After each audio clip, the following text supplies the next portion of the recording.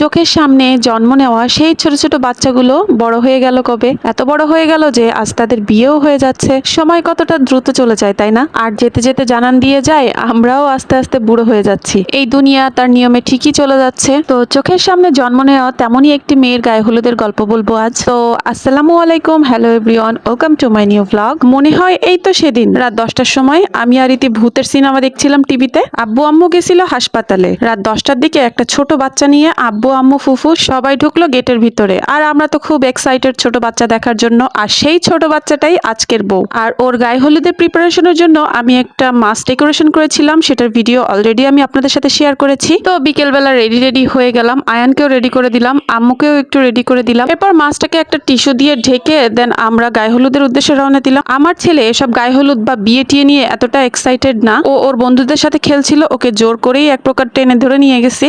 আর বিয়ে বাড়িতে এসে ঘরে ঢুকে দেখি বউ নেই। তো শুনলাম বউ নাকি ছাদে ফটোশুট করছে, তাই আমি আর আমার ছেলে চলে গেলাম ছাদে। আর এখানে এসে দেখি তো একদম সুন্দরীদের মেলা বসেছে। আর আলফিকে তো আজকে মাশাল্লাহ অনেক সুন্দর লাগতেছে। ও বরাবরই একটা কিউট মেয়ে। আর আজকে যেহেতু গায়ে হলুদ, বিয়ের আগে তো মেয়েদের বিয়ের চেহারা খোলে নাকি, সেটা খোলার পর মেয়েদের চেহারার অন্যরকম একটা চেঞ্জ আসে। তো আলফিকে দেখে মনেই হচ্ছিল ওর বিয়ের ফুল ফুটেছে।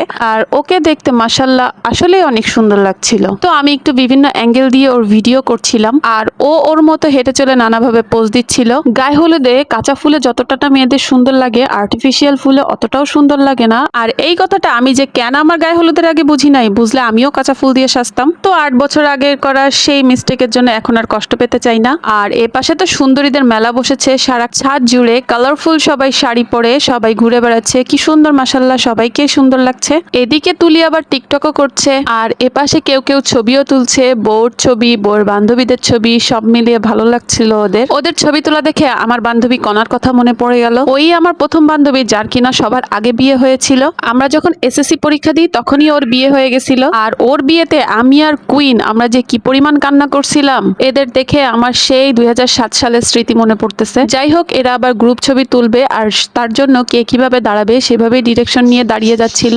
আর আমি ওদের ছবি তুলে দিলাম। অনেক ছবি তোলা হয়ে গেছে, প্রায় সন্ধ্যা হয়ে আসছে, নিচে থেকে ডাকাডাকি করছিল, তাই সবাই মিলে আমরা নিচে চলে আসলাম। আর এই ঘাটেই ওর গায়ে হলুদের স্টেজটা করা হয়েছে। আন্টি পুডিং আর কাবাব করেছিল, ফুফু ফিরনি রান্না করেছিল, আমার মাছটা তো আছেই, আর এক ফুফু আবার কেকও এনেছিল। আর এই হচ্ছে ওর গায়ে হলুদের ডেকোরেশন, ছোটখাটোর মধ্যে অনেক সুন্দর হয়েছিল।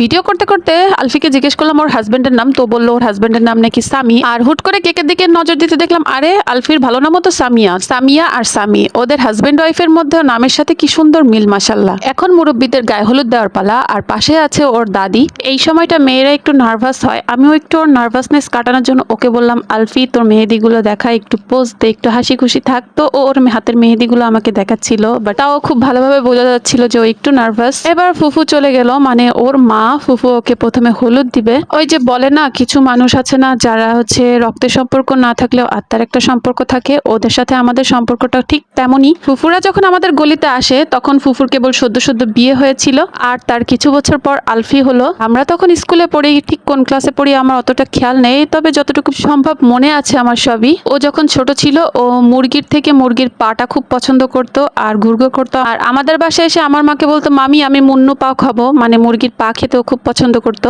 আর আমাদের বাসায় মুরগি রান্না করা হলে মুরগির পা চামড়া সব চলে যেত আলফির জন্য। আর এই যে এটা হচ্ছে ওর একমাত্র ছোট বোন তুলি, ভীষণ সুইট একটা মেয়ে। দুই বোনকে হলুদ লাগাই দিচ্ছে, একটু খাওয়াইও দিচ্ছে। এই সময়গুলো ওদের কাছে একদম স্মৃতি হয়ে থাকবে। ও এখনো বুঝতেছে না ও কি হারাচ্ছে। আমার বিয়ের সময়ও আমিও বুঝতাম না। আমি আর ইতি যখন ঝগড়া করতাম আম্মু আমাদের রাগ করতো, বলতো যে গাঙে গাঙে মিল হয় তবু বনে বনে মিল হয় না। কে শুনতো কার কথা? আমরা তো আমাদের মতো ঝগড়াঝাটি করেই যেতাম। ইভেন এখনো খুলনায় আসলে আমাদের মধ্যে বাদাবাদি হতেই থাকে, কিন্তু যেই না দূরে চলে যায় তখন আবার আমরা দুজনকে মিস করা শুরু করি। আমার ফোনে ম্যাক্সিমাম কল আসে আমার বোন ইতির আর আয়ানের বাবার, যেহেতু এরা দুজন দূরে থাকে। আর ইতি অল টাইম ফোন দিয়ে কথা বলার সময় ও কাজ করতে থাকে, আমিও কাজ করতে থাকি, অথচ দুইজনে আমরা ভিডিও কলে থাকি। তো ম্যাক্সিমাম টাইম আমরা আজাইরা কথা বলেই টাইম পাস করি। এরকমই হয়, বনে বনে যখন একসাথে থাকা হয় তখন অনেক মনোমালিন্য হয়, কিন্তু দূরে গেলে বোঝা যায় যে বোনের মর্ম কতটুকু। আর এই যে পেছনে অনেক মানুষ চলে আসছে, সবাই মিলে হলুদ দিবে, একজন পর একজন দিবে, তার জন্য ওয়েট করছে। আর এখানে দাদু চলে আসছে, মানে আলফির নানি। আমি আর বেশি দেখালাম না দাদুকে, দাদু ক্যামেরার সামনে আসতে পছন্দ করে না। আমার মাকে ছোটবেলা থেকে আলফি তার নিজের মামি মনে করে। আর এবার স্টেজে আমার মা চলে গেছে, আম্মু যে আলফিকে একটু হলুদ লাগাই দিল, আবার খাওয়াইও দিচ্ছে, আবার এদিকে ক্যামেরায় পোজও দিচ্ছে আম্মু। আর আপনারা জানেন আম্মু যেহেতু অসুস্থ, তাই আমি আর এখানে বেশিক্ষণ ছিলাম না। আম্মুর হলুদ দেওয়ার পরপরই ফুফু আমাদেরকে খাওয়ার জন্য বললো, তো আমি ফুপুকে বললাম এত তাড়াহুড়ার করার কিছুই নেই, আমি আমার মন মতো সবকিছু নিয়ে খেয়ে ফেলেছি অলরেডি। যেহেতু এটা আমার নিজের বাসার মতোই, তো আমি আমার মতো করে খেয়ে নিয়েছি, আয়ানকেও একটু খাওয়াই দিছি। আর সবাই জানে আম্মু একটু সিক, তাই আমি বেশিক্ষণ বসলাম না, আম্মুকে নিয়ে আমি তাড়াতাড়ি বাসায় চলে আসছিলাম। আর এদিকে ওদের প্রোগ্রামটা অনেকক্ষণ ধরেই চলেছিল, এদিকে আমি খাচ্ছিলাম আর ফাঁকে ফাঁকে ওদের একটু ভিডিও করছিলাম। এবার সব শাড়ি পরা সুন্দরীরা একসাথে স্টেজে গেল, ওদের দেখতে অনেক ভালো লাগছিল একসাথে। সবাই মিলে একসাথে আলফিকে হলুদও দিয়ে দিল, খাওয়াইও দিল, এবং সবাই মিলে একসাথে আলফিকে 2 টাকার নোটও দিল, জাস্ট ফান করে।